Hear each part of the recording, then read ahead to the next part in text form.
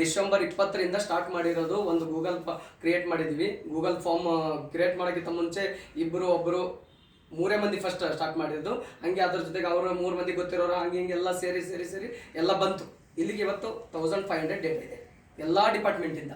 ಅದನ್ನು ಮಾಡುವಾಗ December 6ಕ್ಕೆ first ಒಂದು 7 ಜನ ಸೇರಿ ಬರೀ ಫೋನಲ್ಲೇ ಮಾತಾಡಿದ್ದೀವಿ. ಡಿಸೆಂಬರ್ 6ರಂದು ನಾವು ಹೋಗಿ ಹುಬ್ಬಳ್ಳಿ ಸಿದ್ಧಾರೂಢ ಮಠದಲ್ಲಿ ಸೇರಿದ್ದೀವಿ. ಅದು ವಿತ್ ಒಂದು ಪ್ಲಾನಿಂಗ್ ಮಾಡಿಕೊಂಡು ಏನೇನು ಮಾಡೋದು, ನಮ್ದು ರೂಟ್ ಮ್ಯಾಪ್ ಹೆಂಗಿರಬೇಕು ಅಂತ ಒಂದು ಲ್ಯಾಪ್ಟಾಪ್ ತೊಗೊಂಡು ಒಬ್ಬರು ಸಾಫ್ಟ್ವೇರ್ ಇಂಜಿನಿಯರಿಂಗ್ ಕರ್ಕೊಂಡು ಏನೋ ಒಂದು ಮಾಡೋಣ ಅಂತ ಒಂದು 7 ಜನ ಹೋದ್ವಿ ಸಿದ್ಧಾರೂಢ ಮಠಕ್ಕೆ. ಹೋಗಿ ಅಲ್ಲಿ ಒಂದು 7 ಜನ ಈಗ ಆಸಕ್ತರಿರೋ ಸರ್ ಅಂತವ್ರು, ಇವ್ರು ಏನು ಮಾಡ್ತಾರ, ಆಲ್ರೆಡಿ ಸಂಘಗಳಿದಾವ, ನೋಡೋಣ ಬನ್ನಿ ಹೋಗೋಣ ಅಂತ ಬಂದರು. ಒಂದಿಷ್ಟು ಕಾಂಪಿಟೇಷನ್ ಮಾಡ್ಕೊಂಡು ಹೋಗೋಣ ನೋಡ್ಕೊಂಡು ಬಂದರು. ಅದರಲ್ಲಿ ತೋರಿಸ್ತೀವಿ ಸರ್ ನಮ್ದು ಈ ಥರ ರೂಟ್ ಮ್ಯಾಪ್ ಇದೆ, ಇದಕ್ಕೆ ನಿಮ್ಮ ಅನಿಸಿಕೆ ಏನು ಅಂತ ಕೇಳಿದ್ವಿ. ಹೌದು ಒಳ್ಳೆ ರೂಟ್ ಮ್ಯಾಪ್ ಇದೆ, ಚೆನ್ನಾಗಿದೆ ನಿಮ್ಮ ಪ್ಲ್ಯಾನಿಂಗು, ಬಟ್ ಇದು ಹೆಂಗೆ ಮಾಡ್ತೀರಿ? ನಾವು ಮಾಡ್ತೀವಿ ಸರ್, ನಿಮ್ಮ ಅನುಭವ ಇರಬೇಕಷ್ಟೇ.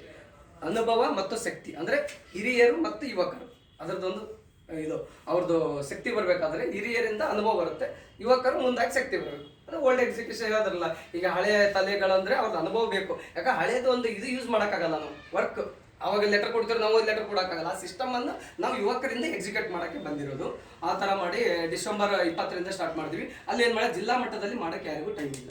ಏನು ಮಾಡೋಣ ಆಯ್ತು, ಇದನ್ನು ಒಂದು PPT ಮಾಡಿದ್ವಿ. PPT ಮುಖಾಂತರ ಒಂದು ವಿಭಾಗ ಮಟ್ಟದಲ್ಲಿ ಪ್ಲ್ಯಾನ್ ಮಾಡಿ ಎಲ್ಲರಿಗೊಂದು ತಿಳಿಯೋಣ, ಗ್ರಾಮೀಣ ಮಟ್ಟದಲ್ಲಿ ಮುಟ್ಸೋಣ, ನಾವು ನೌಕರರ ಸಂಘ ಮಾಡ್ತೀವಿ ಅಂತ.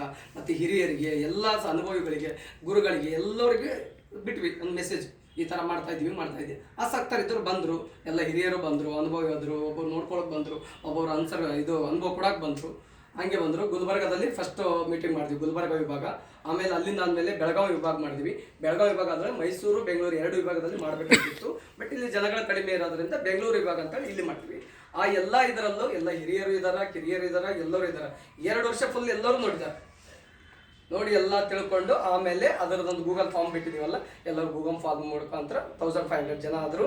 ಆದಮೇಲೆ ಒಂದು ಈಗ ಹಿಂಗೆ ಮಾಡ್ಕೊಂಡು ಹೋದರೆ ಹೆಂಗೆ, ಲೀಗಲ್ ಆಗಿ ಏನಾದರೂ ಮಾಡಬೇಕಲ್ಲ ಅಂತ 2022 ನವಂಬರ್ 2 ತಾರೀಕಿಗೆ ರಾಜ್ಯ ಮಟ್ಟದ ಒಂದು ಇದು ಮಾಡೋಣ ಅಂತೇಳಿ ರಿಜಿಸ್ಟ್ರೇಷನ್ ಮಾಡೋಣ ಅಂತ. ಅದಕ್ಕಿಂತ ಮುಂಚೆ ಪದಾಧಿಕಾರಿಗಳ ಆಯ್ಕೆ ಹುಬ್ಬಳ್ಳಿಯಲ್ಲಿ ಮಾಡಿದ್ವಿ. ಹುಬ್ಬಳ್ಳಿಯಲ್ಲಿ ಅಕ್ಟೋಬರಲ್ಲಿ ಮಾಡಿದ್ವಿ.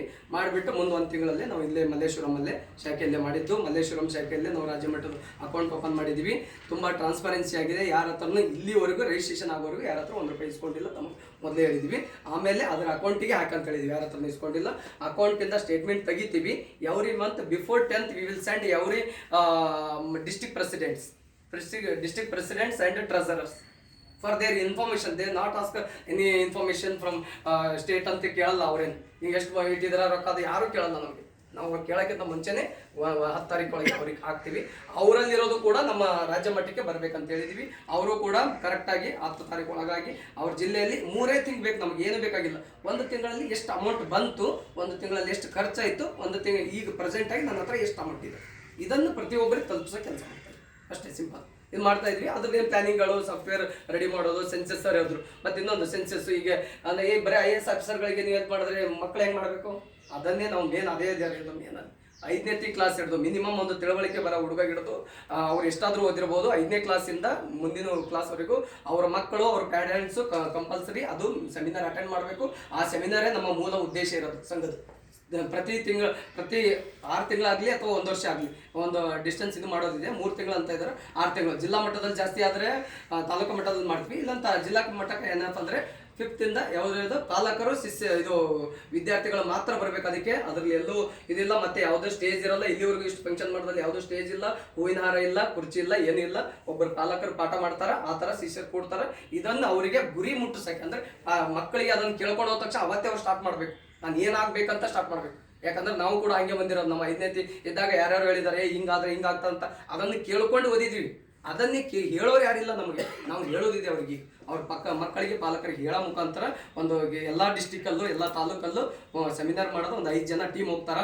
ಅದರಲ್ಲಿ ಪ್ರೊಫೆಷ್ನಲ್ ಆಗಿ ಸಮಿತಿಗಳು ಮಾಡ್ಕೊಂಡಿದ್ದೀವಿ. ಲಾಯರ್ಸು, ಡಾಕ್ಟರ್ಸು, ಇಂಜಿನಿಯರ್ಸ್ ಅವರವರೇ ಒಂದು ಪರಿಣಿತ ಇದ್ದವರು ಅವರು 5 ಜನ ಹೋಗ್ತಾರೆ. ಹೋಗ್ಬಿಟ್ಟು ಅವರವರು ಇನ್ನೊಂದು ಸೆಮಿನಾರ್ ಮಾಡ್ಕೋತಾರೆ. ಆ ಥರನೇ ಎಲ್ಲ ಸೆಮಿನಾರ್ ಮಾಡೋದ್ರ ಮುಖಾಂತರ ತಳಮಟ್ಟದ ಮಕ್ಕಳಿಗೆ ಒಂದು ಧೈರ್ಯ ತುಂಬಿ ಮುಂದೆ ಅವರು ಬಂದಾಗ ಅವಾಗೆ ಹೆಂಗಾದರೂ ವಿದ್ಯಾರ್ಥಿ ನಿಲಯಗಳಾಗಿರ್ತಾವೆ, ಹೈಯರ್ ಎಜುಕೇಷನಿಗೆ ಮುಂದೆ ಹೆಂಗೆ ಬೆಳೀತಾ ಇರುತ್ತೆ. ಬಟ್ ಫಸ್ಟ್ ನಾವು ಏನು ಗ್ರಾಮೀಣ ಮಟ್ಟದಲ್ಲಿ ಇದು ಮಾಡ್ಬೇಕಾದ್ರೆ ಅದಕ್ಕೆ ಸೆನ್ಸಸ್ ರೆಡಿ ಮಾಡ್ತಾ ಇದ್ವಿ. ಯಾವ ಮಕ್ಕಳು ಯಾವ ಸ್ಥಾನದಲ್ಲಿ ಇದಾರ ಫಸ್ಟ್ ಸೆನ್ಸಸ್ ಸಾಫ್ಟ್ವೇರ್ ರೆಡಿ ಆಗ್ತಾ ಇದೆ. ಈಗ ಒಂದು 15 ದಿನ 1 ತಿಂಗಳ ಒಳಗೆ ಕೊಡ್ತೀನಿ ಅಂತ ಹೇಳಿದ್ದಾರೆ ಸಾಫ್ಟ್ವೇರ್ ಇಂಜಿನಿಯರ್. ಅದು ತಗೊಂಡ್ಬಿಟ್ಟು ಸೆನ್ಸಸ್ ಮುಖಾಂತರ ಗ್ರಾಮೀಣ ಮಟ್ಟದಲ್ಲಿ ಒಬ್ಬರಿಗೆ ವಿದ್ಯಾರ್ಥಿಗಳನ್ನೇ ಬಳಸ್ಕೊಂಡು ಅವ್ರ ಡೇಟಾ ಕಲೆಕ್ಟ್ ಮಾಡಿಸ್ತೀವಿ.